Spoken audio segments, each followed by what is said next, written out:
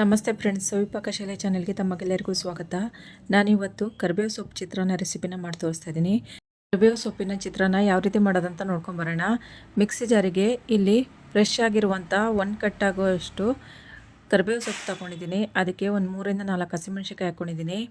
ಅರ್ಧ ಕಪ್ ಆಗೋಷ್ಟು ತೆಂಗಿನಕಾಯಿ ತುರಿ ಹಾಕ್ಕೊಂಡಿದ್ದೀನಿ. ಲಿಂಬೆ ಗಾತ್ರದಷ್ಟು ಹುಣಸೆಹಣ್ಣು ಹಾಕ್ಕೊಂಡಿದ್ದೀನಿ. ರುಬ್ಬಕ್ಕೆ ಒಂದು ಸ್ವಲ್ಪ ಕಲ್ಲುಪ್ಪು ಹಾಕ್ಕೊಂಡಿದ್ದೀನಿ. ಅರ್ಧ ಇಂಚಷ್ಟು ಶುಂಠಿ, ಕಾಳು ಮೆಣಸು ಒಂದು 10ರಿಂದ 12, ಚಕ್ಕೆ ಒಂದು 2 ಪೀಸ್ ಹಾಕ್ಕೊಂಡಿದ್ದೀನಿ. ಲವಂಗ ಒಂದು 4 ಹಾಕ್ಕೊಂಡಿದ್ದೀನಿ.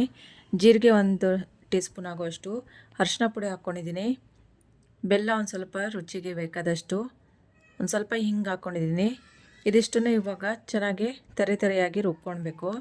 ಈಗ ಗ್ಯಾಸ್ ಮೇಲೆ ಒಂದು ಬಾಣಲೆನ ಇಟ್ಕೊಂಡಿದ್ದೀನಿ. ಅದಕ್ಕೆ 4 ಟೀ ಸ್ಪೂನ್ ಆಗುವಷ್ಟು ಎಣ್ಣೆ ಹಾಕ್ಕೊಂಡಿದ್ದೀನಿ. ಎಣ್ಣೆ ಚೆನ್ನಾಗಿ ಕಾದ್ರ ಮೇಲೆ ಅದಕ್ಕೆ ಒಂದು 5ರಿಂದ 6 ಗೋಡಂಬಿ ಹಾಕ್ಕೊಂಡು ಚೆನ್ನಾಗಿ ಹುರ್ಕೊಳ್ತಾ ಇದ್ದೀನಿ. ಇದು ಜಾಸ್ತಿ ಹೊತ್ತು ಹುರ್ಕೊಳ್ಳೋದೇನು ಬೇಡ, ಕಪ್ಪುಗಾಗ್ಬಿಡುತ್ತೆ.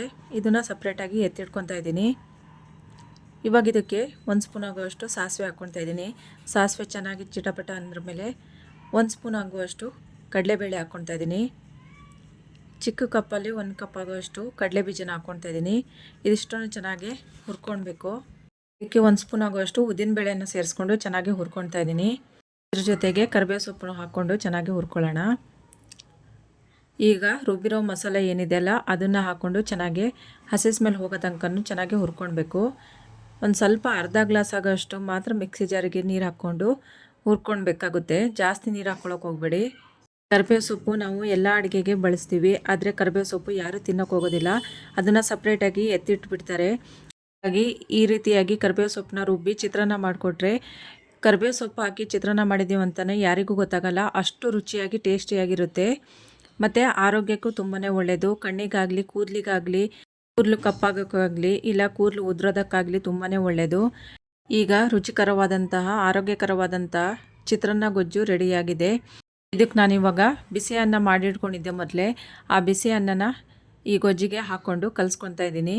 ಗೋಡಂಬಿ ನಾವು ಆವಾಗಲೇ ಹುರಿದು ಎತ್ತಿಟ್ಕೊಂಡಿದ್ವಲ್ಲ, ಆ ಗೋಡಂಬಿ ಹಾಕ್ಕೊಂಡು ಚೆನ್ನಾಗಿ ಕಲಿಸ್ಕೊತಾ ಇದ್ದೀನಿ. ಈ ಕರಿಬೇವಿನ ಸೊಪ್ಪಿನ ಚಿತ್ರಾನ್ನ ಒಂದು ಸತಿ ನಿಮ್ಮ ಮನೇಲೂ ಟ್ರೈ ಮಾಡಿ ನೋಡಿ ಫ್ರೆಂಡ್ಸ್. ಅಷ್ಟು ಚೆನ್ನಾಗಿ ರುಚಿಯಾಗಿ ಟೇಸ್ಟಿಯಾಗಿರುತ್ತೆ.